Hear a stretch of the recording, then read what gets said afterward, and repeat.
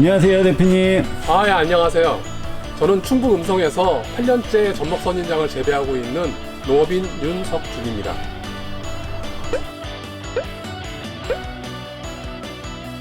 대표님, 설인장이 아니라 완전 꽃밭이네요. 이 알록달록 선명한 색깔의 이 선인장은 전 세계가 인정한 대한민국의 명품 젖먹선인장입니다.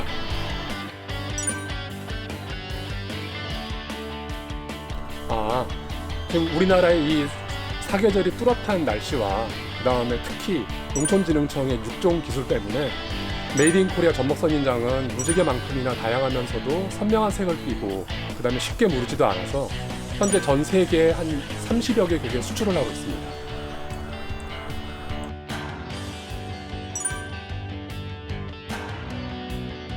네, 그래서 따라서 판로가 비교적 안정적인 젖먹선인장 재배를 희망하시는 분들이 많은데요.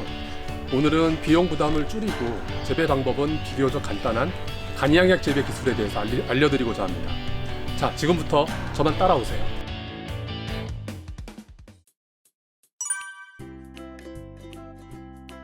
여기는 간이양약 재배 시설이 설치된 하우스인데요. 간이양약 재배 시스템의 장점은 첫째, 기존 양약 시설과 달리 벤치 등의 시설 없이 기존 토양 재배 시설을 그대로 사용할 수 있고요. 둘째, 비닐과 부직포, 잠적 관수 시설 등을 간단히 시공한 후에 재배할 수 있습니다.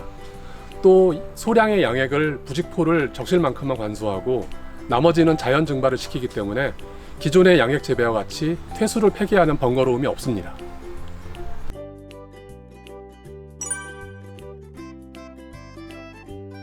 자, 여러분, 이 다양한 시약들이 보이시나요?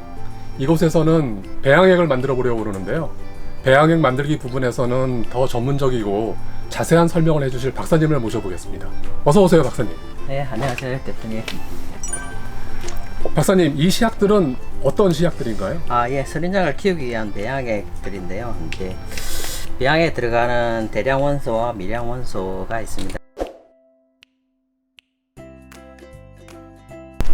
이 약들은 어디서 구매를 해야 되는 거죠? 보통 시약들은 이제 화학약품 판매점에서 쉽게 구입할 수 있는데요.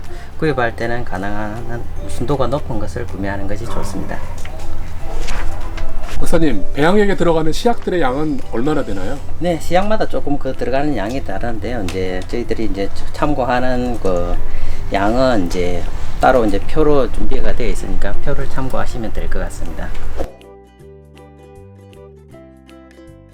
근데 박사님, 이 미량 원소의 경우 양이 너무 적어서 처음에 무게 재는 일이 결코 쉽지가 않더라고요. 예, 맞습니다. 그래서 처음에 배양액을 만드시는 분들은 10가지 시약을 챙기는 것도 그리고 무게를 다는 것도 이제 번거로우실 텐데요. 그래서 제가 꿀팁을 하나 공개해 드리겠습니다.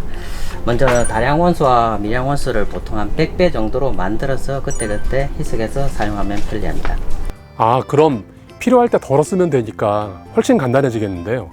그런데 박사님, 이 양액들은 보관은 어떻게 해야 될까요? 예, 보통 이제 농축 배양액은 이제 보관할 때 이제 A액, B액으로 이렇게 탱크를 구분해서 보관하는 게 가장 좋습니다. 박사님, 그럼 이제 준비가 끝났으니까 이제 한번 만들어 볼까요? 네, 이제 본격적으로 이제 시약을 만들어 볼 텐데요. 이제 시약은 이제 준비가 되어 있는 상태고 이제 시약을 녹일 깨끗한 물 정도가 먼저 준비가 되어야 될 것 같습니다. 비료염을 순서대로 한 종류씩 플라스틱통에 넣고 잘 용해시켜 저장 탱크에 넣으면 되겠습니다. 만약 잘 용해되지 않거나 농도가 너무 진한 것을 한꺼번에 넣게 되면 침전물이 생길 수 있기 때문에 천천히 녹이는 것이 중요합니다. 와, 여러분, 젖먹선인장의 영양제 간이 배양액이 금방 완성됐는데요. 박사님, 잘 만들어지는지는 이거 어떻게 확인해야 될까요? 일단 고농도로 희석해서 사용하게 되는데요. 보통 이제 희석을 한 이후에는 이제 pH와 그리고 EC를 체크하는 것이 중요합니다. 보통 EC는 한 2.0 지멘스 정도로 사용해서 하고요. 이제 pH 같은 경우는 선인장과는 약 알칼리성으로 그냥 5.5에서 한 6.0 이 사이에 이제 pH를 맞춰서 이제 사용하게 되는데, 이제 예전에는 이제 직접 희석해서 배양액을 만들어서 사용할 때는 체크를 하지만 요즘에는 자동 희석 장치 같은 경우에는 pH 센서와 이제 EC 센서가 장착되어 있기 때문에 그 설정값만 맞춰줘서 사용하시면 뭐 문제가 없을 것 같습니다.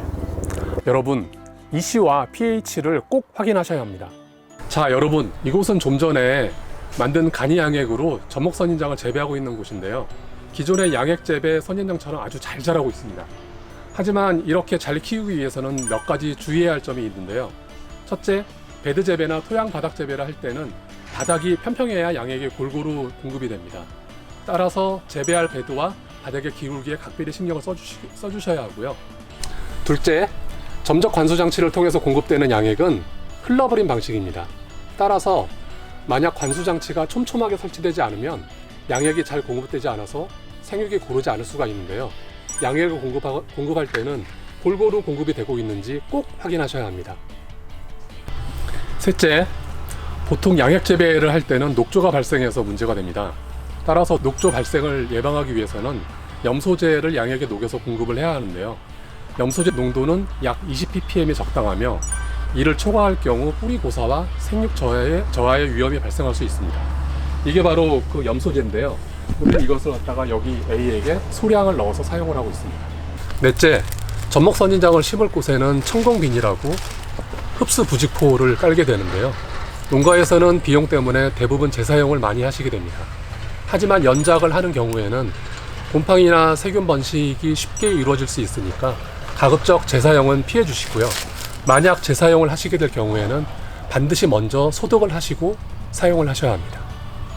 여러분, 간이 양액 재배 방식은 일반 양액 재배에 비해서 설치 비용이 적고 용토 조제와 교체 부담이 없어서 생산 비용과 노동력 절감 효과가 크고요. 생육 효과도 무척 큽니다. 따라서 최근 일반 농가는 물론 전목선인장 재배에 새로 도전하는 농가에서도 큰 관심을 두고 있는데요. 부디 올바른 양액 제조 방법과 사용 시 주의사항을 잘 기억하고 지켜서 농가 소득에 큰 도움이 되기를 기대합니다.